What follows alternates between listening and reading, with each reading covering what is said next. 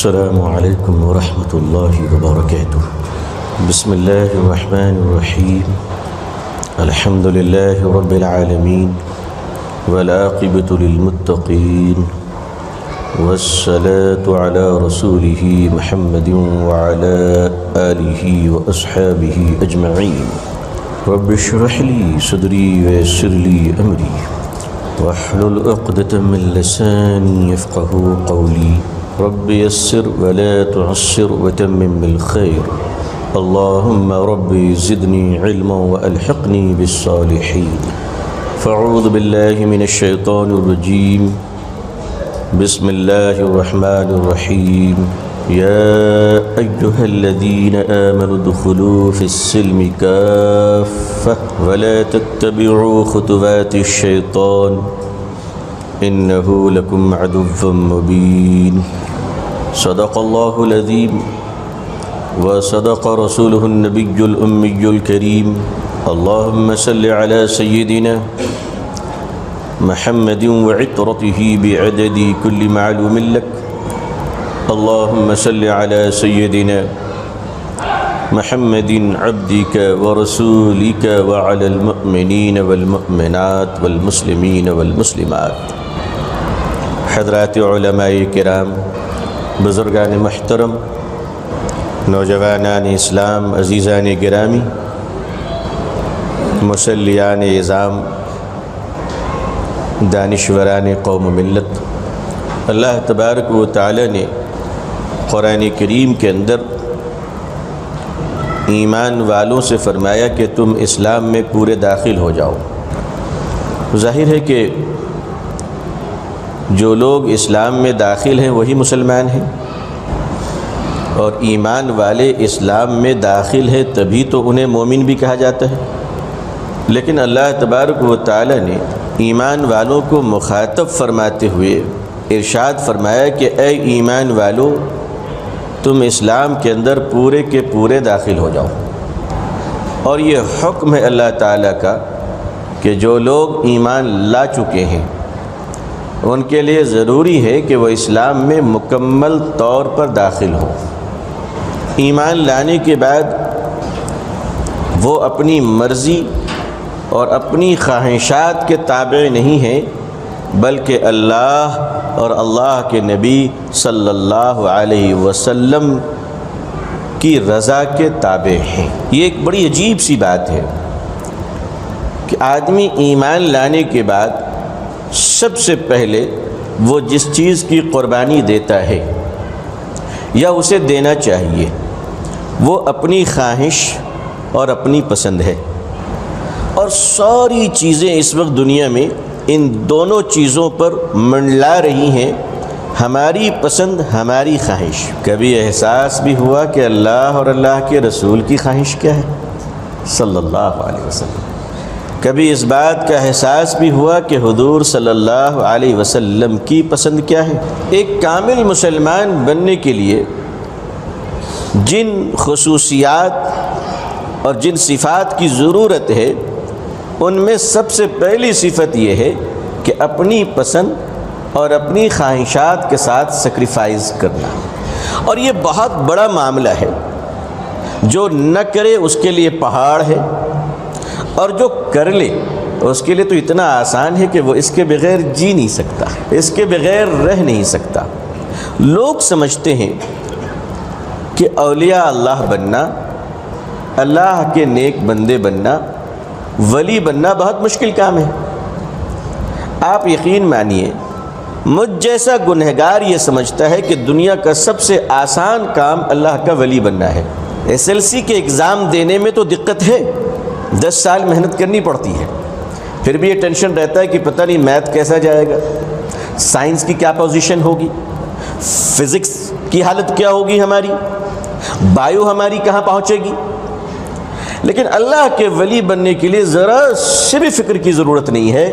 اور میں آپ سے پورے احساس، مسرت، خوشی اور آپ کو خوشخبری سناؤں کہ اللہ کا ولی بننے کے لیے دنیا چھوڑنے کی ضرورت نہیں ہے. ہاں دنیا کے کسی کام کو چھوڑنے کی ضرورت نہیں ہے۔ میرے بزرگوں، میرے کرم فرماؤ، اللہ کا ولی بننے کے لیے دنیا نہیں، گناہ چھوڑنے کی ضرورت ہے، صرف گناہ چھوڑنے کی ضرورت ہے۔ اچھا اتنی سی بات ہے، صرف گناہ چھوڑنے کی ضرورت ہے۔ آدمی گناہ چھوڑ لے، وہ تہجد نہیں پڑھ پاتا ہے، کوئی بات نہیں، اللہ اسے توفیق دیں گے بعد میں۔ اس سے اشراق نہیں ہو پاتی ہے، چاشت و نوافل کی پابندی نہیں کر پاتا ہے، کوئی بات نہیں ہے۔ اس کی بہت لمبی داڑھی بھی نہیں ہے، ٹوپی اور عمامہ بھی سر پہ نہیں ہے، وہ دیکھنے میں بھی بہت زیادہ جبہ والا معلوم نہیں ہوتا، کوئی بات نہیں، یہ سب تو بعد کی چیزیں، اللہ توفیق دیتے رہیں گے۔ میرے بھائی، اللہ ہمیں توفیق دے گناہوں کو چھوڑنے کی۔ آدمی جس دن گناہوں سے بچنے لگے گا، اس کا ہر پاؤں اللہ کی محبت کی سیڑھیوں پر بلندی کی طرف پہنچنے لگے گا۔ نیک عمل کرنا یہ تو اللہ کی توفیق سے ہے، اللہ کی توفیق سے، لیکن اس سے بڑے کمال کی چیز کیا ہے؟ نیک عمل کرنا کمال ہے، یقیناً اللہ کی توفیق کے بغیر آدمی نیک عمل نہیں کر سکتا، لیکن اس سے بڑا کمال یہ ہے اس عمل کو سنبھال کر رکھنا۔ دیکھیے، برتن اگر خراب ہو تو دودھ پھٹ جاتا ہے، برتن کی خرابی سے جس طرح دودھ پھٹ جایا کرتا ہے، اندر کے نیتوں کی خرابی سے اعمال ضائع ہو جایا کرتے ہیں، اندر دل کی انٹرنل احساس اور کیفیات کی خرابی سے اعمال ضائع ہو جایا کرتے ہیں۔ تو بنیادی بات ہمیں یاد رکھیں کہ مکمل اسلام میں داخل ہونے کا فلسفہ کیا ہے۔ اسلام میں داخل ہونے کے جو راستے ہیں وہ دروازے بڑے آسان ہیں اور بڑا سمپل راستہ اسلام میں داخل ہونے کا۔ کوئی بھی انسان اگر 2 بول بول لے تو وہ مسلمان ہے۔ اس نے وضو نہیں بنائی، کوئی بات نہیں، اس نے ایک وقت کی نماز نہیں پڑھی، کوئی بات نہیں، لیکن اگر وہ اقرار کر لیتا ہے اشہد ان لا الہ الا اللہ واشہد ان محمد عبدہ ورسولہ صلی اللہ علیہ وسلم، یہ 2 بول بولنے کے بعد صحابی کا قاتل بھی مسلمان ہے یا نہیں ہے؟ جی، یہ 2 بول بولنے کے بعد اللہ کے آخری نبی صلی اللہ علیہ وسلم پر پتھر پھینکنے والا بھی مسلمان ہے۔ یہ 2 بول، کیا 2 بول کیا ہے؟ مسلمان بننے کے لیے صرف 2 بول کی ضرورت ہے، کسی ڈیکوریشن کی ضرورت نہیں ہے، کسی بہت بڑے کرائٹیریا اور پنڈال لگا کر دعوت کھلانے کی ضرورت نہیں ہے، کسی بہت بڑے بغداد سے ولی کامل کو بلانے کی ضرورت نہیں ہے۔ آدمی نے کہا اشہد ان لا الہ الا اللہ واشہد ان محمد عبدہ ورسولہ، اللہ کی طرف سے آواز آئی، میرا بندہ میری طرف آ گیا، میرا ہے میری طرف آ گیا۔ مطلب یہ ہے، اے اللہ میں گواہی دیتا ہوں کہ آپ کے سوا کوئی رب نہیں ہے، اور اس بات کی گواہی دیتا ہوں کہ حضرت محمد صلی اللہ علیہ وسلم اللہ کے رسول ہیں، اللہ کے رسول ہیں۔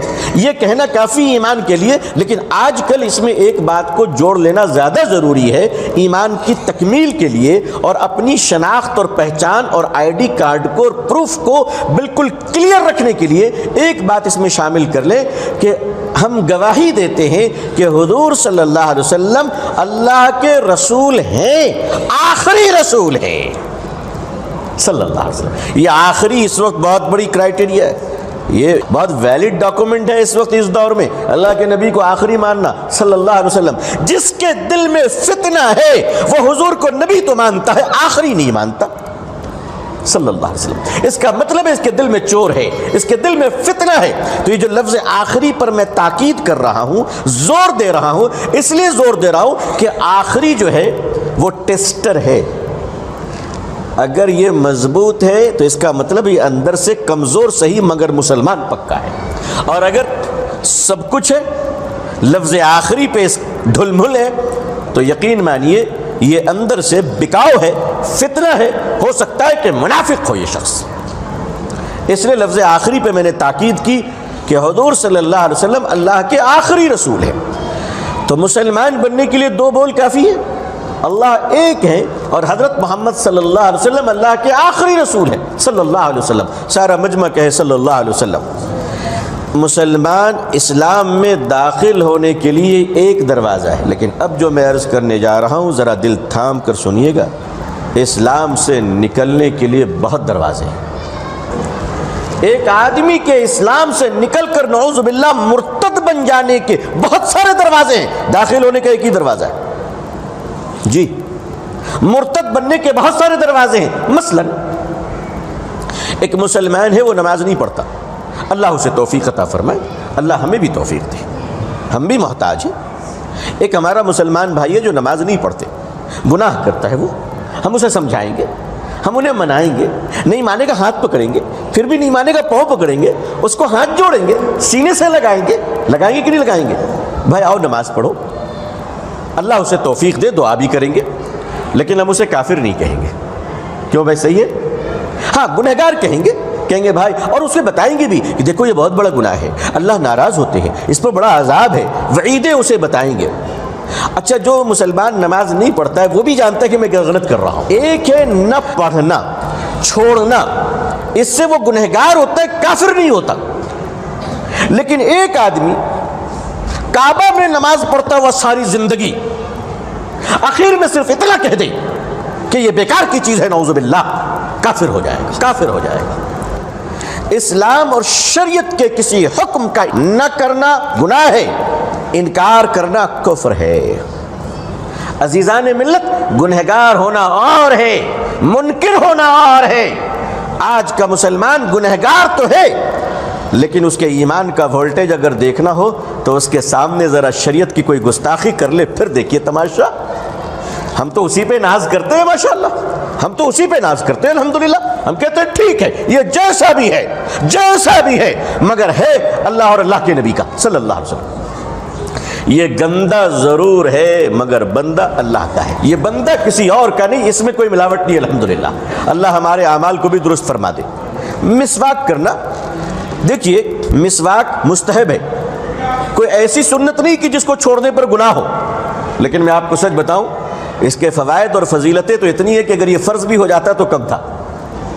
فوائد اتنے، آپ غور فرمائیں کہ مسواک کے جو آخری درجے کا فائدہ ہے وہ ہے کہ ایمان پر موت نصیب ہوگی. اللہ اکبر، یہ کوئی معمولی فائدہ ہے. اور میں تو عرض کیا کروں کہ مسلمانوں کو اس ایک مسواک اپنے جیب میں رکھنا چاہیے، انشاءاللہ اس سے اس کے پاس اس کو ڈیفنس پاور کی انرجی نصیب ہوگی اللہ کی طرف سے انشاءاللہ. میں ایک روحانی بات عرض کر رہا ہوں، اس کے لیے کوئی دلائل نہیں دے رہا ہوں آپ کو. مسلمان صرف مسواک اپنے دانتوں میں لگا کر ہاری ہوئی جنگ جیت چکے ہیں الحمدللہ. یہ تاریخ اسلام کا واقعہ ہے. مسواک اگر آدمی وضو میں کر لے، درجات بڑھ جائیں گے، نماز کی فضیلتیں بڑھ جائیں گی. نہ کرے کوئی گناہ نہیں، کوئی پکڑ نہیں، لیکن اگر انکار کر دے تو کافر ہو جائے گا. اگر کہے کہ صاحب اس کی کوئی ضرورت نہیں تو یہ کفر ہو جائے گا. اس لیے مسلمانوں کو زیادہ ڈرنے کی ضرورت ہے کہ اے اللہ، جس قیمتی اسلام کے محل میں آپ نے ہمیں داخل کیا ہے، ہم کہیں اپنی نادانی، اپنی غفلت اور اپنی جہالت کی وجہ کر، اپنی لالچ کی وجہ کر، اپنی بدعمالی کی وجہ کر، شیطان کے فتنوں کی وجہ کر، اپنے نفس کے مکاری کی وجہ کر کہیں کوئی ایسی بات ہم سے سرزد نہ ہو جائے کہ ہمیں خبر بھی نہ ہو اور معلوم ہوا کہ ہلکے سے دروازے سے باہر چلے گئے. اس لیے اپنے ایمان کی فکر ہم لوگ کریں انشاءاللہ. کیسے کریں گے فکر؟ طریقہ یہ ہے، رات میں سوتے وقت روزانہ مسلمان بن کے سویا کریں انشاءاللہ.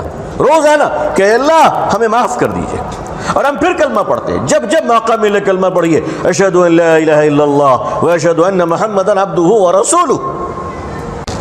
ایک اہم بات ذہن میں رکھیے گا کہ آج کل ارتداد کی ہوائیں بہت چل رہی ہیں.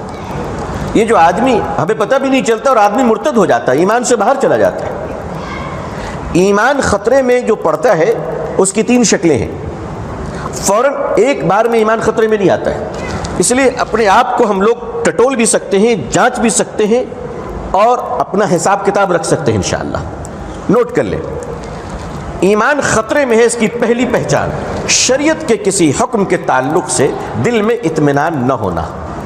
تحقیق شدہ یعنی جو بات تحقیق ہو چکی ہے.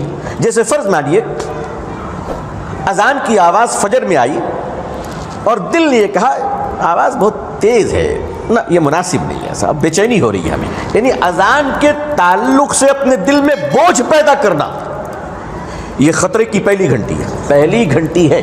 گرچہ کس میں گنجائش ہے کہ بے اذان خوبصورت ہو، ایک ساتھ کئی اذان کی آواز ٹکرائے نہیں، مختصر ہو، لوگوں کو دقت نہ ہو. یہ تو انتظامی چیز ہے، یہ تو مینجمنٹ کی چیز ہے. یہ یہاں تک تو ٹھیک ہے، اذان کی آواز کی فریکوینسی کتنی ہو، مائک کے ساؤنڈ کیسے ہو، یہ ساری چیزیں مینجمنٹ کی ہے، اس میں آپ کمی بیشی کر سکتے ہیں، آپ مائک آف بھی کر سکتے ہیں، آپ مائک آن بھی کر سکتے ہیں، لیکن یہ سوچنا کہ صاحب اذان سے الجھن ہوتی ہے، ڈسٹرب ہوتا ہوں، ڈرنے کی ضرورت ہے، ڈرنے کی ضرورت ہے۔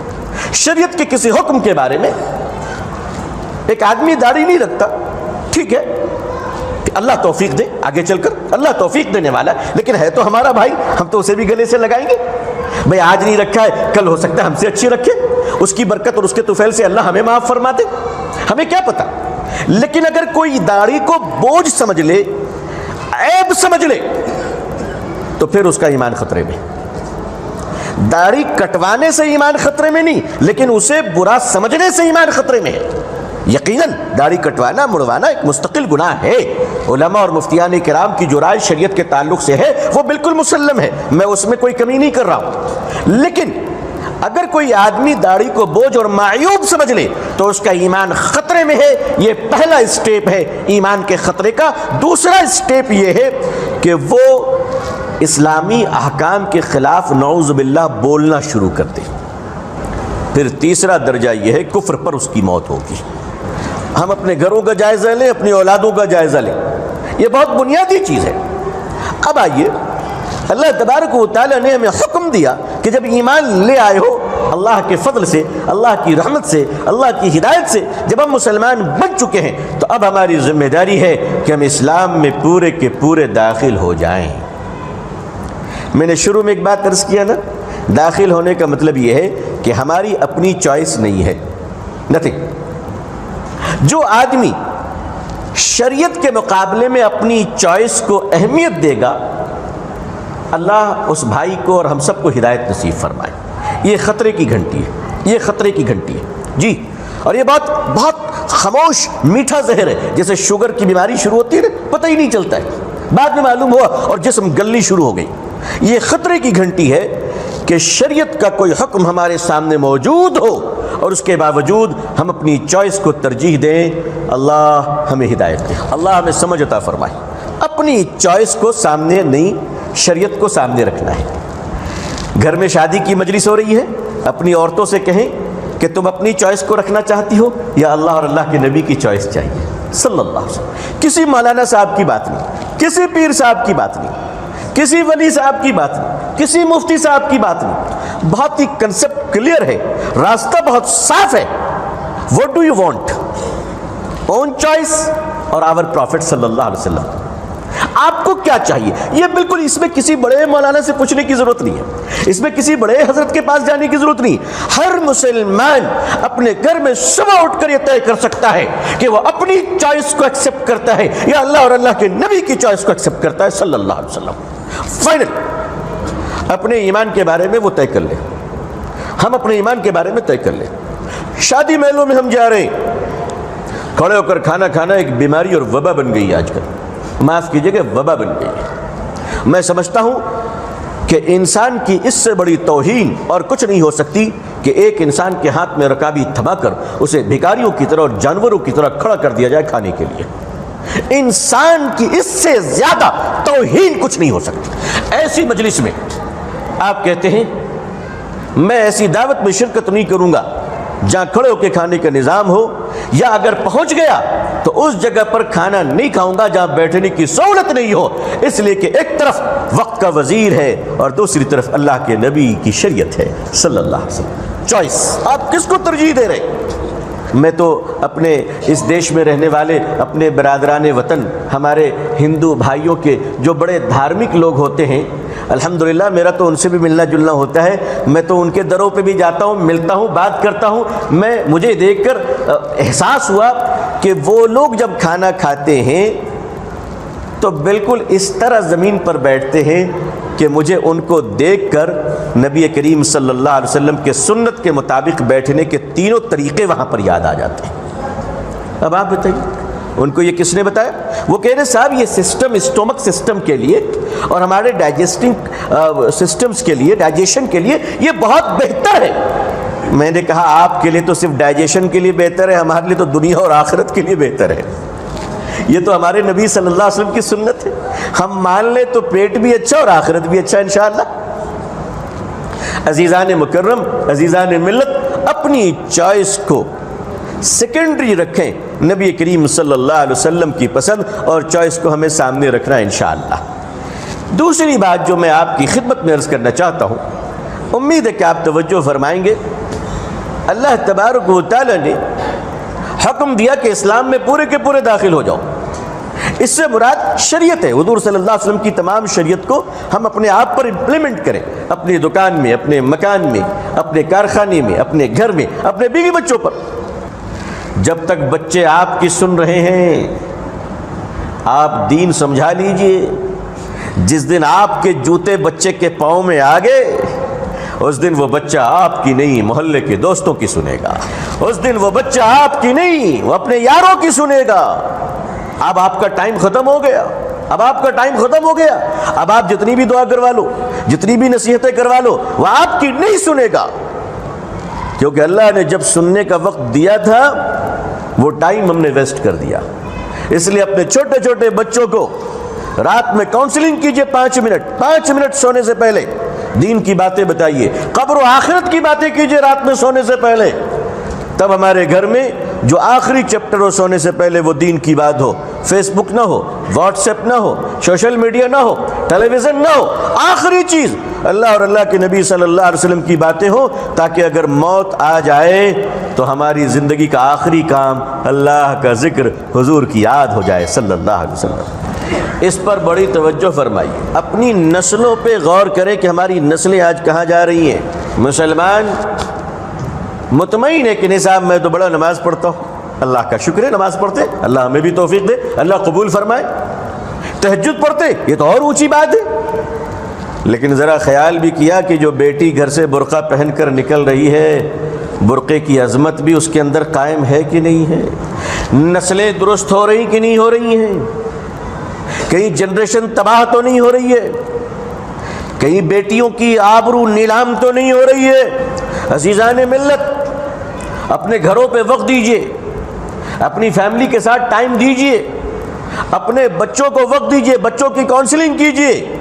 اور سب سے اہم بات یہ ہے کہ اپنا سیلف کیریکٹر ایسا بنائیے کہ آپ کے بچے آپ کو نمونہ اور آئیڈیل سمجھیں. اگر آپ چاہتے ہیں کہ آپ کے بچے فجر کی نماز میں جماعت کے ساتھ مسجد کی پہلی صف میں کھڑے رہیں تو ماں باپ کو اس کے لیے تہجد میں اٹھ کر رونا پڑے گا اللہ کے سامنے. ماں باپ جب تہجد میں روتے ہیں تو بچے صبح اٹھ کر فجر میں کھڑے ہو کر اللہ کے سامنے تڑپتے. اپنی آمدنی پر دھیان دینی پڑے گی کہ جو مال آپ کما رہے وہ حلال تو ہے. جی حلال ہے کہ نہیں ہے؟ حرام کے لقمے کھلا کر آپ کعبہ کا غلاف بھی پکڑ کے اگر تڑپ جائیں گے تو اولاد صالح ہوگی، یہ مشکل ہے. اللہ ہدایت دے. اللہ کی ذات سے کوئی بعید نہیں ہے. لقمے پر توجہ دیجیے. حضرت جنید بغدادی رحمۃ اللہ علیہ بہت بڑے بزرگ گزرے ہیں، اور بغدادی سے تو آپ سمجھ گئے کہ بغداد کے رہنے والے تھے، اور بغداد عراق کے ایک شہر کا نام ہے. حضرت جنید بغدادی رحمۃ اللہ علیہ بہت بڑے ولی کامل قطب تھے اپنے وقت کے. جب چلتے تھے تو چاہنے والوں کا، متعلقین اور متوسلین کا، خلفاء اور مریدین کا قافلہ پیچھے پیچھے چلتا تھا. حضرت جنید بغدادی علیہ رحمہ راستے سے گزر رہے تھے تو کیا دیکھتے ہیں کہ وقت کے مجذوب اللہ کے ولی حضرت خواجہ بہلول علیہ رحمہ، جسے دنیا پاگل سمجھتی تھی، دیوانہ سمجھتی تھی، لیکن اسے کیا پتا کہ یہ دیوانہ بھی کسی اور کے چکر میں نہیں، اپنے مولا کی محبت میں بنا ہے. کیا پتا لوگوں کو. حضرت جنید بغدادی علیہ رحمہ کی نگاہ پڑی کہ حضرت خواجہ بہلول علیہ رحمہ راستے کے کنارے بالوں میں لپٹے ہوئے، بال گندے، کپڑے گندے، اور پلٹے ہوئے پڑے ہوئے زمین پر لیٹے ہوئے. حضرت جنید بغدادی علیہ رحمہ نے فرمایا اللہ کا محبوب لیٹا ہوا ہے، چلو چل کر ان کو سلام کر لیتے.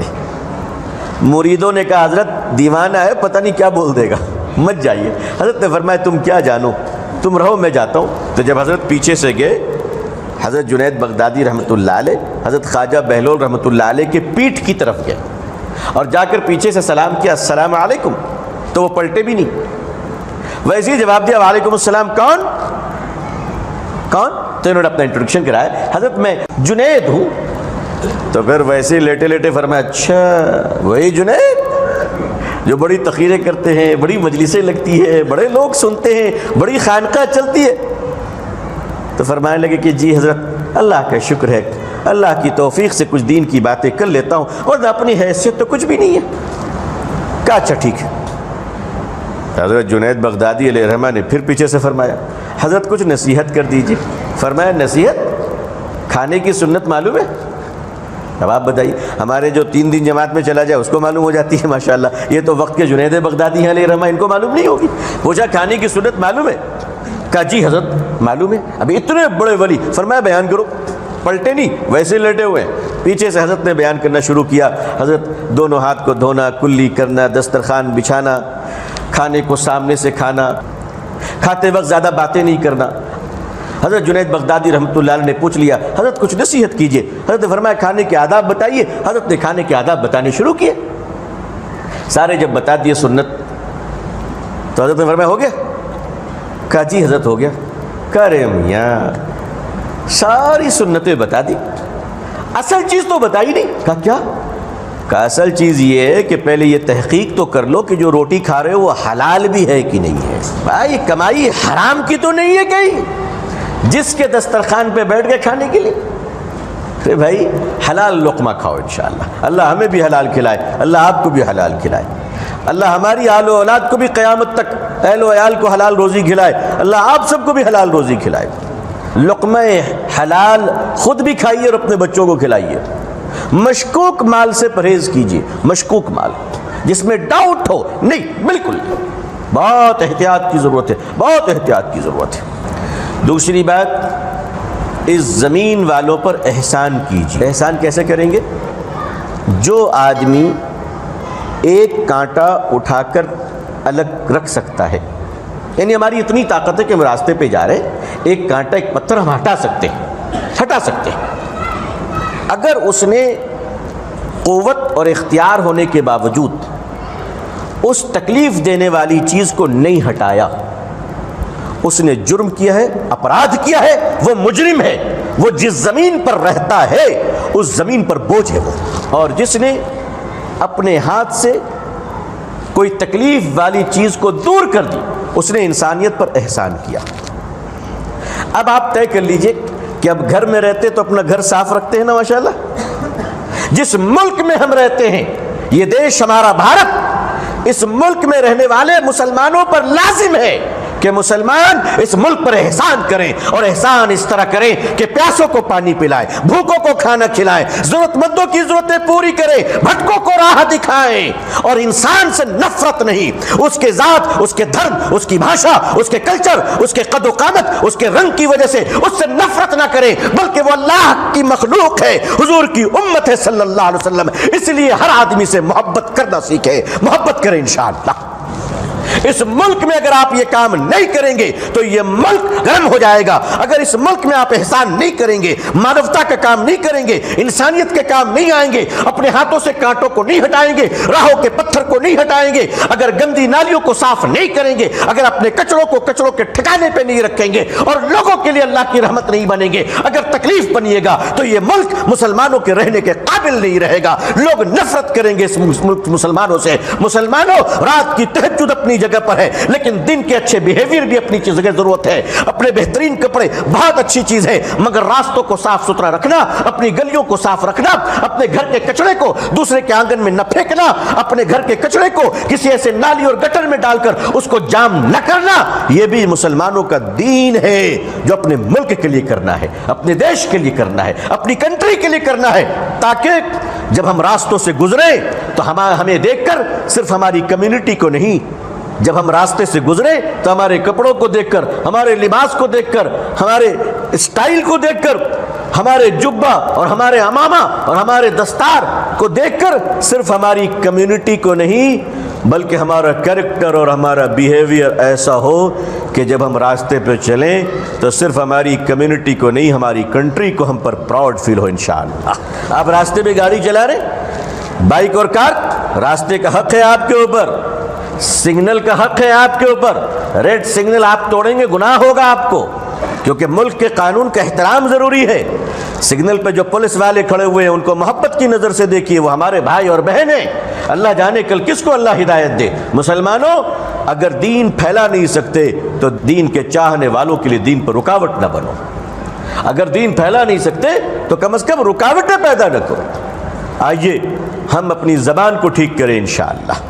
اپنی زبان کو ٹھیک کرنے سے مراد یہ ہے اپنی زبان کو نرم بنائے، میٹھی بنائے، دوسروں کو تکلیف نہ دے۔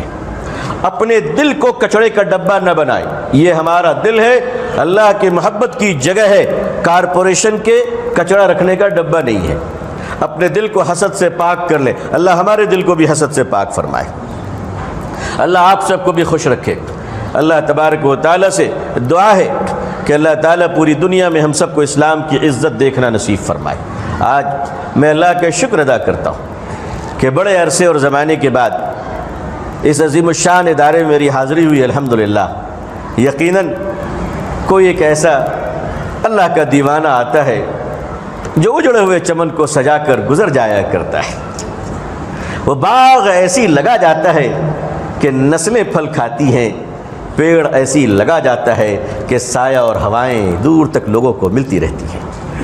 میرے مشفق کرم فرما مخدوم گرامی حکیم عارف باللہ نمونہ سلف حضرت مولانا حکیم ادریس حبان رحیمی صاحب رحمۃ اللہ علیہ، جنہوں نے اس پورے چمن کو لگایا، اس کی آبیاری کی۔ یقیناً یہ مسجد، یہ مدرسہ دارالعلوم محمدیہ اور آپ کی صالح اور نیک اولادیں، یہ سارے کے سارے اور آپ سب ان کے دوست و احباب اور ہم سب ان کے لیے ثواب جاریہ ہیں انشاءاللہ۔ کہ اللہ تعالیٰ اس چمن کو آباد رکھے، آپ سب کی محبتوں کا اللہ بہتر جزا عطا فرمائے۔ ہمارے ایک دیرینہ مراسم تھے، آج میں نے آ کر حق تو ادا نہ کر سکا، لیکن نہ آنے کے جرم سے اللہ نے مجھے بچا لیا اور بچوں سے ملاقات ہو گئی۔ الحمدللہ یہ ہمارے عزیز ہیں، اللہ ان سب کو خوش رکھے اور نظر بد سے اللہ محفوظ رکھے۔ اللہ آپ سب کو بھی خوش رکھے۔ دعا کریں کہ اللہ تعالیٰ پوری دنیا میں ہم سب کو اسلام کی عزت دیکھنا نصیب فرمائے، اقوام عالم اور اہل ہندوستان کے دلوں میں اسلام کے لیے اور مسلمانوں کے لیے جذبہ محبت و احترام پیدا فرمائے۔ اللہ ہمارے ملک بھارت میں امن اور شانتی عطا فرمائے، یہاں رہنے والے مسلمان بھائی اور ہندو بھائیوں میں آپس میں انسانیت کی بنیاد پر بھائی چارگی اور محبت اور قربت عطا فرمائے۔ آمین یا رب العالمین۔ آخر دعوانا الحمد للہ رب العالمین، والسلام علیکم ورحمۃ اللہ وبرکاتہ۔